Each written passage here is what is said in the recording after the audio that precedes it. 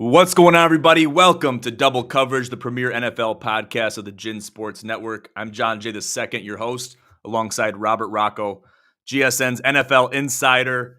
Robert, how we doing, buddy? Good, man. How about yourself? Doing pretty good, man. Two shows in a week talking about the same thing, playoff NFL football. I love it. And there's a lot to unpack. Really, you can't get it all explained and out in the open in one show. It really takes two. We got Yeah. Tony's take on Monday. Now it's your turn. We're going to get your take on what's going on in the NFL. So just give me a broad perspective. What's going on in the world of the NFL right now as the bracket has been made, as the playoffs have been set in stone? What are we thinking? What are we looking at right now going into it? Yeah, I mean, not a lot of surprises as far as the teams that are in, but some of the teams that are in have really struggled down the stretch. And, so we'll talk about that. And, it was obviously good to see our Lions win, this week and secure that number one seed. With all the injuries they had, that was huge for them. So, yeah, it's going to be interesting playoffs. It's going to be a different landscape. There's like we've talked before, there's no more Tom Brady, no more Peyton Manning. We're starting to get into a new generation of football, and it's exciting, man. Jaden Daniels, some of these up and coming guys, it's gonna be fun to watch. Absolutely, yeah. The NFL as we know it and as we knew it growing up is mostly gone now. I would say a lot of those greats that you mentioned and that we will talk about more later on, they've passed us by. They've fizzled into the background, and nobody really talks about them anymore. It's kind of sad, even a little bit, but this is the NFL we live in. It's a new NFL, lots of rules changes. The game is different. The game has changed. It's continuing to change. So we have to grow and adapt with it. But first, let's talk about the Lions win. Obviously, a big win against the Vikings, 31-9. They secure the one seed in the NFC. What does this mean for the city of Detroit? Means a lot, man. I mean, especially after last year, getting all the way to NFC Championship game, losing a nail biting game against San Francisco that came all the way back to beat them. So yeah, I mean, this feels like an improved team over last year. They had some nice blowout wins, and then they just had a statement win over their division opponent. Pretty sure that was the first NFL game with two 14-win teams ever played, and the Lions looked like leagues above the Vikings. So that was a great win, statement win. And the biggest shock was their defense. You look at all the holes, all the injuries they've had, and really, all they got back for that game was Anzalone. But man, he came in and made an impact right away. I don't know if it's that Thor hair that he's got flowing out the helmet, but it was something. He was on the sauce. I don't know what he had going on, but he came in. He was flying around. Bunch of tackles, bunch of impact plays. Amik Robertson looking like one of their best offseason signings that game. Where he just tiny cornerback. I mean, he's like 5 foot nothing, and they just threw him on man coverage against Justin Jefferson all game, and he just locked him up. I mean, I don't know what they did, in the last week or so to get to this point, versus the last several games where their defense was looking like it's going to cost them. Um, but I think it's all coaching, man. Aaron Glenn is obviously a hot coaching candidate now, and that was probably his biggest masterclass of coaching that he's ever done for the Lions. The blitz schemes that they came up with, all the stunts and stuff that they were running inside, and actually getting some pressure finally. Without Aiden Hutchinson, it's like they just took a nosedive with the pressure, and to finally see him get some pressure really helped that secondary. And they just really relied on the strength of their secondary to just lock up these guys at man coverage, and it worked against one of the best offenses in the league. So after that, I mean, if you're a Lions fan, I feel like they can play and beat anybody. So the defense was the question mark. It still is a question mark. But there's still a potential to get a guy or two back here down in the next couple weeks. So this bye week's really going to help. And yeah, it's going to be fun to see, who they're going to end up playing, whether it's, the Vikings, Rams, whoever. But yeah, they got a good shot to go all the way. So Yeah, they do, and I'm looking forward just to see what their ceiling is and where their ceiling is because they haven't really yeah, showed that they have one yet. Uh, 3 out of the 4 NFC North teams make the playoffs. I mean, that just speaks to the magnitude of what the NFC North is as a division. yeah, Um, Could you speak more to that, and what has aided in that being the case in the new NFC North, as we can call it? Why is that the case now and not before? Yeah, I mean, the surprise team was obviously the Vikings. In one of our earlier podcasts, I even brought up like I think they're cooked. I mean, they lost McCarthy right out the gate.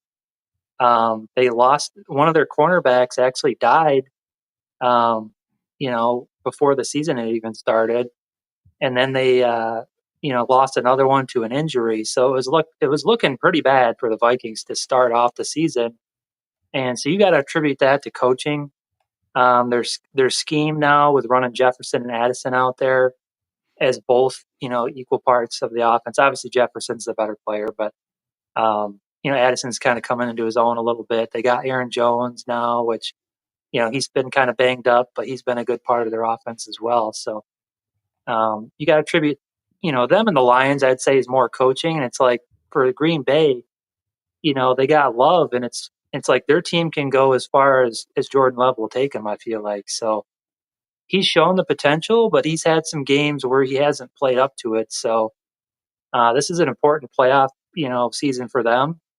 I'd say out of the three teams, I feel like the Lions and the Vikings are kind of built to sustain some success. Vikings more have a question at the quarterback position. Are they going to extend Darnold after this year, regardless of the playoff outcome, when they have a first round draft pick sitting behind them? Um, but they did go out and sign Daniel Jones, which is really interesting because why do you do that when you got McCarthy kind of waiting in the wings unless they're going to intend to trade him? Like maybe they like what they saw in Darnold and they want to just dump McCarthy for get their first round draft pick back and load up elsewhere on their team. Like that's kind of been thrown around. I think that's kind of a long shot, but you never know. I mean, it's the NFL. Um, and Green Bay, it's just like they have a lot of good young players. Watson, though's kind of been injured, one of their top receivers. So it's going to be interesting to see how that's going to affect their offense. He's kind of like their big, play threat, big body receiver kind of guy. So Right. it's kind of been a little bit of everything for these teams, but I'd say that more so with the Lions, Vikings coaching. I think Green Bay, it's more just how far Love will take the team. Right. And obviously that's a big ode to the coaches, O'Connell and Campbell, respectively. Um, they've done everything they can. They spilled their hearts out for these teams, and that's why you see these results. And I think that's definitely a big contributor to that. Without getting too far away from the Lions, got to talk about Jared Goff and the question marks. There's question marks everywhere in the NFL, primarily with the teams that make up the bracket in the playoffs. But speaking to Jared Goff, what would you say some of his biggest question marks are? Obviously, throwing the ball away in multiple instances against the Vikings. It didn't have any collateral damage. It easily could have, Yep. if that defense didn't play out of their mind. But that missed, I'll call it a missed intentional grounding call. And I'm not calling that because, and there's reasons that we won't talk about while people will speculate. But I think I don't know. I guess you make the call. Was that an intentional grounding call, or should it have been? And if so, why wasn't it called? Yeah, I mean, I didn't really think so. I mean, I kind of looked at, I thought back to the play where Brady, I don't know if it was a playoff game, I think it was, where he was in his own end zone and just heaved it down the field. And he had a receiver like somewhat in the vicinity, but they called intentional grounding and resulted in a safety. So that was like a huge swing in that game. But yeah, I don't know. It was close. Like I don't know. It was a tough call for sure. They definitely could have called it, but they didn't. So it's kind of one of those judgment things to Right. where, That's what I would classify it as too. yeah, And I wouldn't even go so far as saying it should have been called. As the rule is written per se, I think it's less damage to the officiating crew if that doesn't get called. And you yeah, got to be sure. That's one of those ones, especially in the end zone. You got to be sure that yep, even if he's not throwing to said receiver in the vicinity, if it's in the vicinity and that's the end of the statement, then that's not intentional grounding. So if that was a judgment call made by the officials, then that was the call that was made on the field, and that's what it should be. That's what it is. There's no reason yeah, to dissect it further than that. But I guess more than that, more than the call and the lack of a call, whatever. What are some of the question marks around Jared Goff and his ability to escape pressure? Because we know that offensive line, that front five, has done a hell of a job at protecting him. Yep. How does he manage pressure going forward? You know he's going to face great defenses, great defensive lines, people getting through, and people getting those tackles beat on the edge. How is he going to get better at evading that pressure, or will he? I don't think it's a measure of like evading it. I think it's just getting the ball out quicker and timing. Statistically, he's one of the best in the NFL this season against pressure. Um, and I don't even remember what the stats were, but it was something crazy of like over the last few games that leading up to the Vikings game. I think he was like 14 of 15 under pressure or something like that, like almost 100% completion percentage. So, I mean, he had the of the two interceptions that he threw, one was the kind of fluke play, tipped ball at the line of scrimmage. It just falls right to the defender. Um, that one's kind of hard. You know, it's like maybe he could have pumped him there, pump faked him, and then threw it. You know, and got his arms up first and threw around him. But that was kind of like a fluke play. And then like the bomb that we were throwing to Jameson Williams is a play that they run like at least once or twice a game, seemingly, where they're just trying to take a shot. So that was almost like an arm punt, you know, they would call it, where you're just kind of throwing the ball downfield. And but I don't even know if he saw the safety. Like maybe he just threw that without even realizing Harrison Smith was just sitting back there. I don't know, like because he was under pressure on that one as well. Um, but yeah, I mean, so it was a tough game for him. But overall, I mean, they just leaned into that run game. Jameer Gibbs gets 4 touchdowns and they win. So um, I'm glad it didn't hurt him as much as it could have. But yeah, against good teams in the playoffs, that could decide the game for sure. So he's got to play some clean playoff football, which he has in the past. So I'm not worried about it. But um, yeah, you never know. I mean, that was a great defense too. So we can't forget that you know the Vikings have one of the best defenses in the NFC.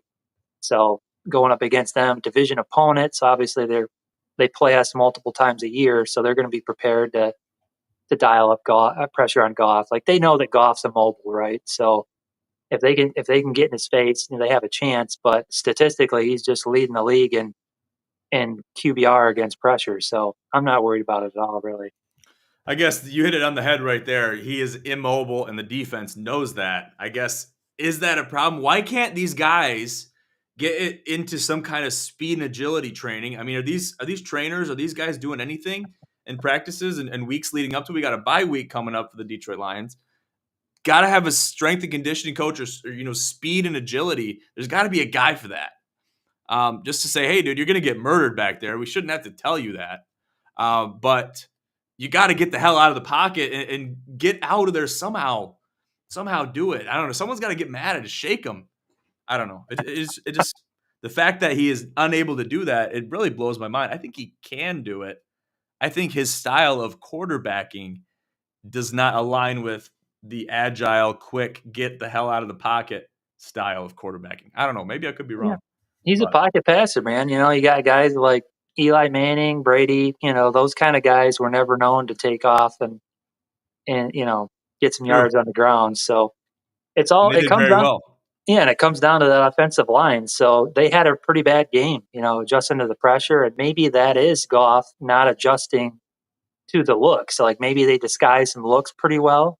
Vikings are kind of notorious for that, disguising their blitzes. So maybe that's what it was. I mean, I'm not some kind of defensive, you know, scheme guru or something. So, uh, you know, that's just my thoughts on it. I think that they're just a tough division opponent every year. I mean, their defense always plays hard, and I'm glad they came out with a win against them. But yeah, against you know, if they end up playing them again in the playoffs, that's going to be a tough matchup. I mean, hard to beat a team multiple times in the same season. So, especially a division rival.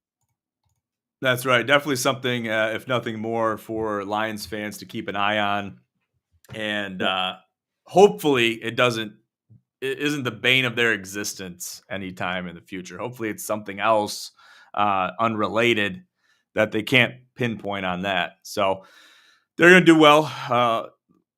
Like you said, one seed, they got high yep. potential. they can beat anybody. If they blew the brakes off of the Vikings, this great Vikings team, obviously injured, both teams are injured. That's becoming a stale excuse. Um, then that's a pretty good sign going into the playoffs, I would say. So Yeah. yeah, good deal. Moving forward, let's talk about the rest of the NFL wild card standings, just as it looks on the bracket.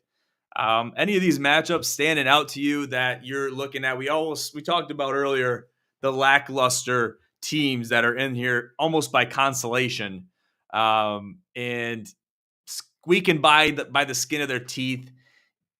I guess, why are these teams here, and how do they fare in the playoffs when you really don't know how they're going to play or what version of that team you're going to get come game day?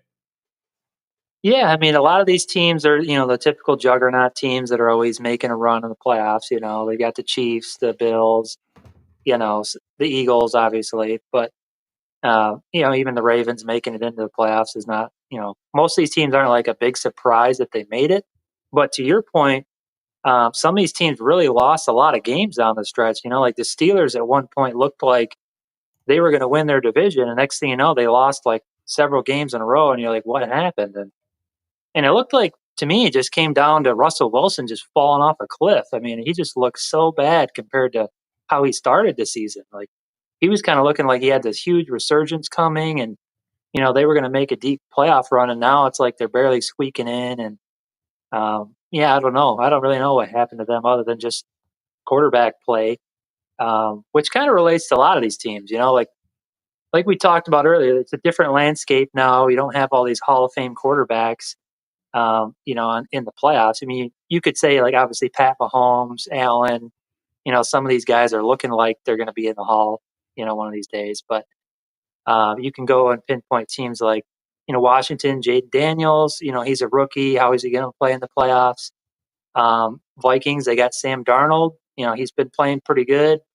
Definitely shit the bed against the Lions. So I don't know how he's going to show up in the playoffs. And then on the AFC side, it's like CJ Stroud really struggled this year.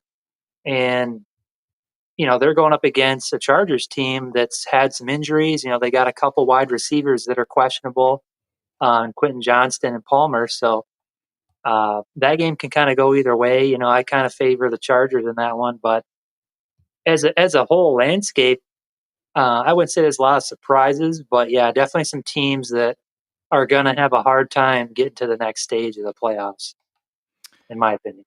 Yeah, I noticed that, and I mean, just looking at it, the Broncos got him by the skin of their teeth. Yeah, I would say they deserve to be there. Definitely, they do. Every single one of these teams deserve to be there for something they did throughout the course of the season. Yeah, But yeah, looking at it and seeing the dying age, and we mentioned earlier how sad it is because that age of those Hall of Fame quarterbacks, growing up with them, looking up to them, getting their jerseys for Christmas, wearing them to school. Um, that's a mentality towards the quarterbacks that you really can't share. And I guess you could argue that the kids nowadays have their own version of that. But we were kind of growing up with it where it had already been established and had been established. Where then we even got to, especially with Brady, we got to live through that even into our adult lives. So really, we should be really thankful for it. And I am, and I know you are. yeah. But you don't have that same landscape today. So argue how would that and I would argue this, but how would you support the claim that quarterback play, and I think you actually made this claim in the pre-show. How does quarterback play such a role in where and how far you go in the playoffs? Yeah, I mean, it's everything. Obviously, it's the most important position on the field. It goes all the way back to college now to where you got the transfer portal, right? I mean, quarterbacks are hopping around quite a bit, so they're getting in and out of systems instead of getting used to a system. Um, People are getting less play time in college before, they're coming out in the draft. So, I mean, some of these quarterbacks maybe only had 1 or 2 years of real play time. Um, and people are kind of crediting like Denver. You look at like Bo Nix, like he had quite a bit of high level play, in college. So they're kind of attributing some of his early success to that. So you kind of can see it going both ways. But yeah, the quarterback plays everything, as you know. And And this year, especially with all these questionable quarterbacks, Sam Darnold, Jaden Daniels, all these people just haven't been there. Like they have the talent, but it's a different atmosphere. Everyone's playing at a higher level. We're talking about professional athletes that are the best of what they do. Um, so yeah, it's going to be different. Everything's faster. So yeah, I mean, it's going to be hard for some of those teams that don't have that experience to make a run. But it's also what makes it exciting. You could say that the Broncos might actually upset the Bills. There's people already out there saying that that's a good possibility. I don't think it's going to happen, but is it a possibility with the way they've played down the stretch? I mean, yeah, it's definitely possible. Um, You're gonna bring a tear to my eye, Robert. You know that? You understand that, right? Okay. but yeah, I don't think Josh Allen's gonna just lie down and let that happen. So I think he's gonna just run all over him. That's my opinion. But some of the other Never games, know. like look at Baker Mayfield, right? I mean, he's on a Tampa Bay team that still has some weapons, right? Some young guys too in the mix. So can they actually win a couple games here? Maybe. I don't see like most of those teams that squeaked in. I don't see them going farther than the wild card round um, at all. I mean, you look at let's say like the LA Vikings game. That's obviously a pretty good matchup. Vikings obviously just lost to the Lions, but they're a good team. And you go look at LA, it's just they had all those injuries all year. They had Puka Nakua and Cooper Cup on and off, you know, their injured list. So now that they have their core receivers, they can beat anybody. So that game can go either way. The Tampa Bay Washington, that'll really come down. It could come down to the quarterback play as far as the Baker Mayfield being a seasoned veteran. His clock's ticking, right? He's kind of getting to the point where he's either going to be the guy or he isn't. So that's going to be a good one. But Jaden Daniels is arguably obviously the better athlete, dual threat side, but Right. Baker's made some plays. He's made some of the best throws this year that I've ever seen in the NFL. Like he had that play with Bosa on him where he's rolling out on fourth down and throw. I don't know if you saw that play. Yeah, and he's got like his arm out on him. He's Yeah, like stiff arming him, and he makes the motion of the play with Bosa in pursuit.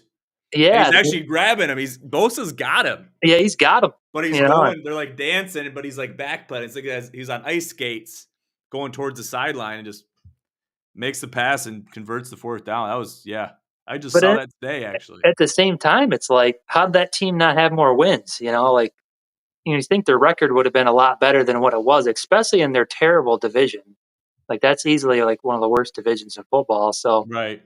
I don't know how they didn't end up with more wins. So they've got question marks on that team. You kind of give the edge to Washington just for that. I feel like Washington's got a little more well-rounded team in that aspect. And then obviously the Eagles, Green Bay. The Eagles are looking like a contender or juggernaut this year, just with the way with Barkley's been playing. They got the dual threat receivers with Devonta Smith and Brown. But Green Bay is a double-digit win team, right? So again, I think it comes down to can Jordan Love take that next step? I think no. I think the Eagles get the edge in that one as well. And then flipping to the AFC, like I think the Bills are going to curb stomp the Broncos. Sorry for all the upset fans there. I think the Bills have had enough of the Chiefs' dominance, and I think they're finally going to step up. I feel like that's finally going to happen for them. And then the Steelers Ravens is just the Steelers squeaking in. Russell Wilson's just kind of faltered down the stretch. I think they're out. Ravens would advance there. The Ravens are another team that, like, with how good their team is, I'm surprised they didn't have more wins with that dual threat of just Lamar and Derrick Henry on the same team, which I don't even know how that's allowed in the NFL. It seems totally unfair for a run game to be that good, but somehow they Yeah. let them have them. So, any of that Chargers Texans game, um, Harbaugh coaching that Chargers team, I think gives them the edge. I think the coaching in that one really, with Harbaugh having that championship pedigree in college and taking a team to the Super Bowl, I think kind of gives him the edge to prepare his team for success. And Herbert's still a young player, right? He hasn't had playoff success yet. So, um, but with the coaching on that side of things. I think that really is going to give him the bump. And I don't know what happened to CJ Stroud, man. He just kind of fell off. I kind of took him somewhat early in my fantasy draft this year in like the fifth round or fourth round. It was like a terrible pick. I mean, he got one or two touchdowns a game, did nothing on the ground. Just really, really big slump for him. So I think they get one and done in the playoffs. So Well, that's it's the got biggest frustrating thing too, yeah, is you see CJ Stroud do so well in the playoffs last year, really make a run and jump into the playoffs with, hitting the ground running like he did. yeah, And then you see that translate into this season. It's like all that is gone. All that momentum is gone, forgotten about, and it's behind you on the horizon. yeah, So that was a big disappointment. And I believe I drafted him, had to get rid of him quickly because I saw the writing on the wall yeah, early, luckily. But some people didn't, and you kept him in there as your sub or your QB two, and he just did nothing for you the whole year, even when you needed him on bye weeks. So that yeah, was a disappointment. for sure, for sure. I ended up getting like fourth in that league, and it was like that was kind of the difference, really. I mean, the quarterback play, and then you know some other injuries and whatnot. Oh A little bit, yeah, it always was a the little bit of story of the luck year. there, right? I mean, but Story of the year, injuries, and just getting guys that maybe you didn't think that you thought were going to blow up and really excel and do well, better than they ever have. But you got to take those kinds of risks in fantasy if you want to do well. You have to. You got to yeah, take those gambles. Otherwise, you won't be successful in the long term. That translates slightly. Let's talk about the suspicious teams. I know we already talked about it yeah. mostly. But what are some of these suspicious teams on the board here, and what is their kryptonite? What's going to really do them in unless it's fixed? Yeah, so I guess, picking one per division. The AFC side, I think the Texans, I just think that Stroud's kind of fallen off the cliff here and like is he going to take the next step against a Chargers team that's kind of banged up? They got if they do have a chance it's this week because the Chargers got a couple of their starting receivers down potentially. They're listed as questionable right now. So, um if he's got a chance, it's this week to really show something. So I really put it on the play of Stroud and of that side of things, whether he's going to actually take that step. And on the NFC, you know, I think the suspicious team is surprisingly the Bucks. Even though the Bucks beat the Eagles and the Lions this year, the two 1 and 2 seed, their record doesn't seem like they're this juggernaut of a team. They definitely lost some questionable games, and Baker's had some inopportune turnovers. And some of the players are getting up there in age, and I don't know. I kind of put them in that question mark category. If I was picking these with money on the line, that would be a game that I would pick the upset. I would pick Washington to beat them. Um, they just seem like the more well-rounded team as far as Jaden Daniels play alone. Has kind of just escalated that team into the playoffs. So I think that would be my two picks. What about yours? So I'd have to put, and I definitely agree with you on the AFC side, bringing the Texans into it. They're more than suspicious, just with how lackluster the offensive side of the ball they have been. But I have to go with the Pittsburgh Steelers, just with all the stuff going on with George Pickens, Mike Tomlin scratching his head on the sidelines, doesn't know what to make of what's going on. Russell doesn't know if he's on foot or horseback. It's very concerning for Pittsburgh Steelers fans right now because they don't know what Steelers team they're going to get when they play the Ravens. They got to have a good team to play the Ravens, especially in playoff football. I don't care how much success you've had. This is playoff football now, and you're playing Yeah, for a different thing. So you got to look at it that way, and you got to take all those things into consideration, and you got to buckle down and figure it out. There's really no other way to put it. As far as the NFC side, you look at just kind of down the line. A lot of these teams have been strong when the going gets tough, but the team that stands out to me as the most suspicious is probably the Green Bay Packers. We mentioned it again. It's the same story, same narrative, same as the AFC. It's the quarterback play. It always comes yeah, down to the quarterback play, it seems. Um, Jordan Love, you got some games where he won't even pass for a touchdown. The only reason I know this is because he was my QB1 for so long, forever. And I had Darnold as my substitute, as my QB2. I should have threw him in a long time ago. The weeks I did play him, he did play well. But even Sam Darnold had the same issue with not going off, as they say, every week like they should, or at least putting up a certain number. Geez, I need 20 points. If I'm playing a quarterback in the National Football League and they're QB1, they're getting all the touches, they're under center, whatnot. I need 20 points out of you, minimum. All right, or you got to get out of here. You're gone. And I should have did that. I held on to him because I'm like, oh man, I know they got it in them. Sam Darnold did a lot better for me than Jordan Love did, I'd say, as an average, looking at the mean.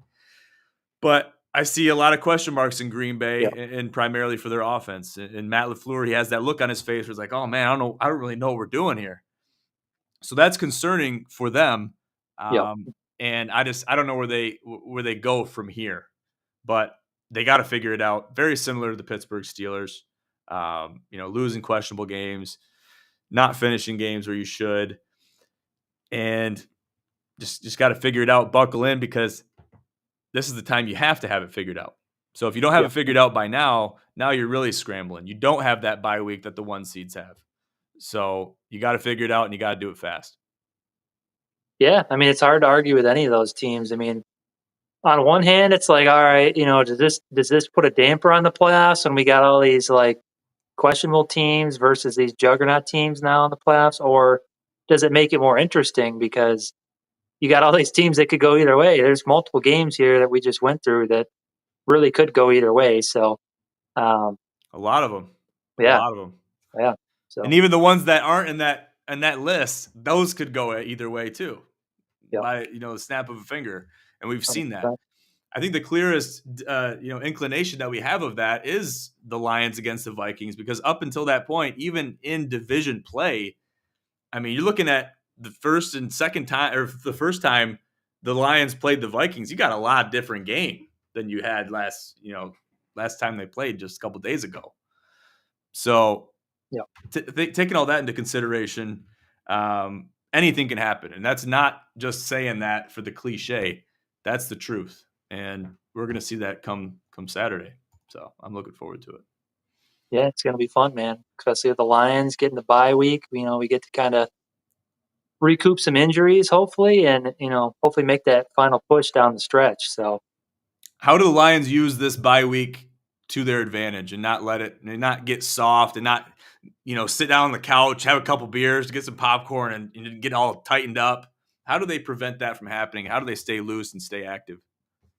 yeah, I mean, Dan Campbell, how he's been. I mean, they practice with pads more than a lot of teams, and on days that normally teams would be doing walkthroughs, they're in pads. So they do put a limit on that in the NFL. Obviously, you can only do it so much for the player safety side of things. But That was that video you sent me, wasn't it?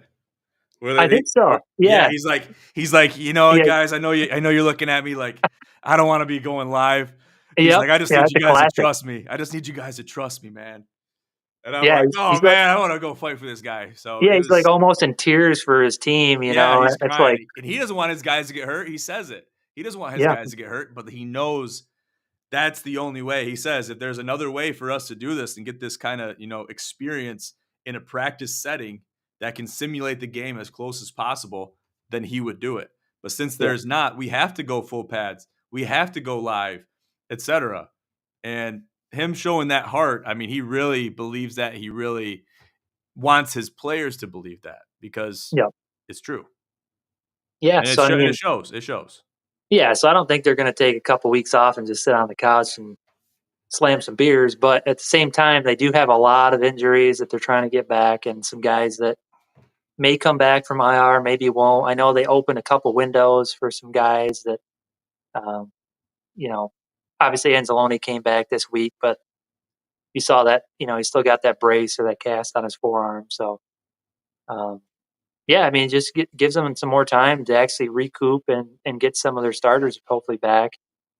Everyone's kind of holding out hope that Aiden Hutchinson's going to come back with that nasty break he had on his leg. And most people are like, yeah, that's just a pipe dream. But Campbell keeps saying if anybody can do it, it'll be him. So that would be something else if they did make it to the Super Bowl and they got Aiden Hutchinson back. I mean, that would be like over the top. This is a dream kind of scenario for fans, right? I mean, would it be for anything more than the novelty of putting him in the game in the Super Bowl, for the Lions being in the Super Bowl and him being Aiden Hutchinson? Is he actually going to be an asset? I mean, look at he's been out for so many weeks. Yeah, He's coming back from such a, you know, gruesome injury where you might not want this guy to go full yeah, balls to the wall, playing D end, coming around yeah, the edge and hunting down a quarterback or a running back. yeah. So If there's I don't any know. question, I wouldn't play him, right? I mean, if it's on the Do it for edge the like that, novelty. like Do it for the novelty, but I wouldn't have him in for more than 3, 4 plays. yeah, exactly. You know what I Couple mean? couple key pressures or something, Because you and gotta be then playing for the future too. You can't be just, yeah, it's if it were to happen and the stars were to align, it is the Super Bowl, definitely play him. Um, but yeah, don't try to get a ton of miles out of him in that game because he's not 100%. So, yeah, yeah. One player that actually got some good news on was Terry and Arnold. He came back and with a foot injury got carted off. I saw And that. yeah, I thought yeah, he was done. they thought he might have broke his foot or something. So we went and got X-rays. They came back negative. I guess he got a contusion on his foot, and will play in the playoffs. So this will be a good time for him to rest up, get his foot healed. He played a great game too. He had a couple nice pass breakups on Jefferson and in the end zone and whatnot. So yeah, he kind of stepped it up that game as well, which we've kind of been waiting on, right? First round draft pick, corner. Corner is one of the positions that takes longer, to develop in the NFL. Seemingly, like you look back to Darius Slay, and everyone was calling him a bum, get him out of town his first year. Next thing you know, he's a perennial Pro Bowler. It's one of the toughest positions. I'd say it's the toughest other than quarterback, just from an athleticism side of things. Like you have to be fast, athletic, especially for the size of those corners. Like a Meek Robertson, joking he's 5 foot nothing, but he really is. And now he's got to go up against 6'5" receivers in the NFL. Tight ends, he's covering tight ends that are twice his weight. So I don't know. It's something else. It's definitely a tough position. So getting anybody healthy back for the Lions is huge. Like I don't want to see him running out Vildor against their best receiver. I'm sorry. Like we saw that last year and how that ended. You know. Well, you looked at beyond the injury of Terry and Arnold in that game against the Vikings and how lockdown they still played. Yep. I mean, you expected even with a fully healthy defense, fully healthy secondary, you expected eventually the receiving core of the Vikings would have worn down that secondary of the Lions, but that didn't happen. That didn't pan out that way. And I was very impressed with that, even with Terry and Arnold going down Yeah. and then making some switches. That was very impressive. I mean, just the depth that they have in times of dire straits, it's impressive. Yep. But Really. Montgomery, does Montgomery come back or what's the word on him? They showed a video of him, I think this morning, where he was walking into the facility, and they just showed a tweet of a fan asking, "Are you playing?" And he just grinned at the camera and walked by. So sounds like he'll be playing. Is what I got out of that. So Wow. he had a second and third opinion, I think, on his knee about they thought he potentially tore some ligaments in his knee, but it turns out it's not as bad as what they thought, but it is still a severe sprain. So is that a 4 to 6 week thing? That's kind of the window they put him in initially when they got the full scope. But yeah, he's one of those guys too that like, man, you need him for the playoffs, but the way Gibbs is playing, it's not like the end of the world. You got two starting running backs in your backfield. You want them both because they are a better team with them, but Gibbs is doing just fine too. So if he is fringe, that's a tough choice as a coach, right? I mean, if he's like right on the fringe, whether he can play or not, um, that's kind of a decision you'd almost have to leave up to the player at that point. I would feel as a coach, we're like, hey, do you really feel you can go or not? We don't want to risk your future here. Right. It Um, wouldn't be something that a coach could take away from a player. exactly. Yep. But obviously, if there's higher powers that be that are more knowledgeable on the human body, and in this case, the knee, the anatomy of it, etc., then that might make it easier for a coach to make the call. But like you said, if it's a fringe call where it's kind of just, oh, you feel it out, you're good, you're cleared to play from a doctor's standpoint, but you have to Yep. feel it out. How do you feel right now? And without taking adrenaline into Yeah. the equation and Yeah. wanting to play in the playoffs and all these other things, how do you feel to play? Because you don't want a coach to have to make that last second decision, yay or nay. And you got to put it on the player at the end of the day, I think, if it's Yeah, I that think so. close. They're grown adults in the NFL making millions of dollars. If they're cleared to play and they want to play, That's right. you know, that's the risk they're going to take. Well said, brother. Well said. All right, that brings us to the end of the show. Robert, got any final words, final thoughts for the people going into Wild Card Weekend? I'd say if you're betting, I wouldn't bet, wins losses this week. I'd go on, go all, receiving and rushing yards. I would not be going on wins losses because I feel like there's going to be some surprises this week. We kind of touched on all that questionable quarterback play, some new guys that a lot of new guys that really just don't have that playoff experience. So, um, if you are going to do that, obviously go for some easy picks there. But yeah, I just say keep the betting on the rushing, receiving, touchdown side of things. If I were you, that's what I'm going to be doing. So wish me luck. Good luck, brother. Absolutely. That's good advice. Take it to the bank, folks. Take it to the bank. All right. Make sure to check out all of our links in the bottom of the podcast in the description. Check out our link tree. Check out our website, ginsportsnetwork.com, and check us out on IG at ginsportsnetwork. For me here at the DCP, I'm John J. II alongside Robert Rachow, our NFL insider. Have a great week and have a great weekend. Thank you. Take care.